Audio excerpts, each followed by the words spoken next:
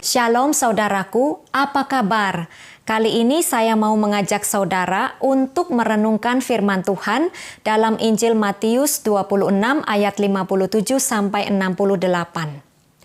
Sesudah mereka menangkap Yesus, mereka membawanya menghadap Kayafas imam besar.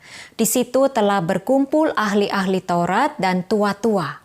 Dan Petrus mengikuti dia dari jauh sampai ke halaman imam besar. Dan setelah masuk ke dalam, ia duduk di antara pengawal-pengawal untuk melihat kesudahan perkara itu. Imam-imam kepala malah seluruh mahkamah agama mencari kesaksian palsu terhadap Yesus supaya ia dapat dihukum mati. Tetapi mereka tidak memperolehnya, walaupun tampil banyak saksi dusta. Tetapi akhirnya tampillah dua orang yang mengatakan, orang ini berkata, "Aku dapat merubuhkan bait Allah dan membangunnya kembali dalam 3 hari." Lalu imam besar itu berdiri dan berkata kepadanya, "Tidakkah engkau memberi jawab atas tuduhan-tuduhan saksi-saksi ini terhadap engkau?" Tetapi Yesus tetap diam. Lalu kata imam besar itu kepadanya, "Demi Allah yang hidup, katakanlah kepada kami, apakah engkau Mesias, anak Allah atau tidak?" Jawab Yesus, "Engkau telah mengatakannya. Akan tetapi aku berkata kepadamu, mulai sekarang kamu akan melihat Anak Manusia duduk di sebelah kanan yang Maha Kuasa dan datang di atas awan-awan di langit." Maka imam besar itu mengoyakkan pakaiannya dan berkata, "Ia menghujat Allah. Untuk apa kita perlu saksi lagi? Sekarang telah kamu dengar hujatnya. Bagaimana pendapat kamu?" Mereka menjawab dan berkata, "Ia harus dihukum mati." Lalu mereka meludahi mukanya dan meninjunya. Orang-orang lain memukul dia dan berkata, "Cobalah katakan kepada kami, hai Mesias, siapakah yang memukul engkau?" Saudara, bagi saya yang paling menarik dalam perikop ini adalah saat Tuhan Yesus tetap diam ketika ditanya oleh Imam Agung Kayafas di ayat 62 dan 63. Ketika menghadapi berbagai tuntutan, Tuhan Yesus tetap diam. Dan hal ini mengherankan semua orang di dalam sidang, seperti yang dikatakan di ayat 62. "Tidakkah engkau memberi jawab atas tuduhan-tuduhan saksi-saksi ini terhadap engkau?" Saudara, tidakkah Tuhan yang tetap diam juga selalu mengherankan kita? Saat kita mengajukan tuntutan-tuntutan terhadap Tuhan dalam bentuk pertanyaan-pertanyaan yang mencoba memaksa Tuhan untuk berbicara atau memberi jawab kepada kita, Tuhan membisu. Apalagi saat pertanyaan-pertanyaan yang kita ajukan kepada Tuhan terdengar bodoh dan egois.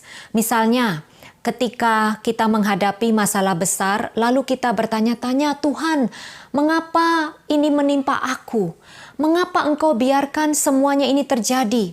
Atau dalam masa sulit seperti sekarang ini, kita banyak bertanya dan menuntut jawaban, tetapi toh Tuhan tetap berdiam diri.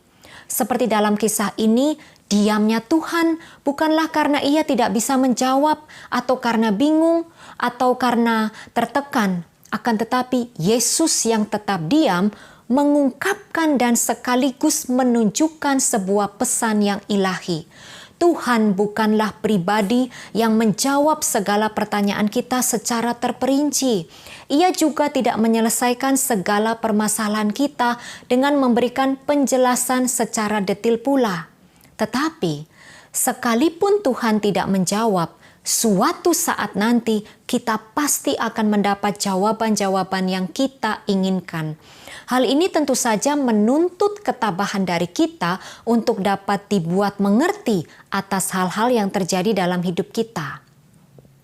Dalam kebisuannya, Tuhan tetap menjawab kita. Tuhan bukanlah pribadi yang acuh terhadap kita. Saat kita terus mempertanyakan berbagai hal kepadanya, ini justru menunjukkan rasa ketidakpercayaan kita kepada Tuhan. Maka saudara, mari belajar untuk tidak menggugat Tuhan dengan berbagai keluhan dan protes yang kita ajukan kepada Tuhan. Bukankah Allah tetap bekerja dalam hidup kita sampai saat ini? Mari kita tetap selalu percaya bahwa Allah mengatur segala hal sehingga menghasilkan yang baik untuk orang-orang yang mengasihi Dia dan yang dipanggilnya sesuai dengan rencananya. Ingat, bagi yang mengasihi Allah, artinya bagi mereka yang melaksanakan firman Tuhan. Jadi untuk apapun yang kita alami, mari belajar berserah diri secara penuh kepada Tuhan karena Ia berdaulat penuh atas kehidupan kita.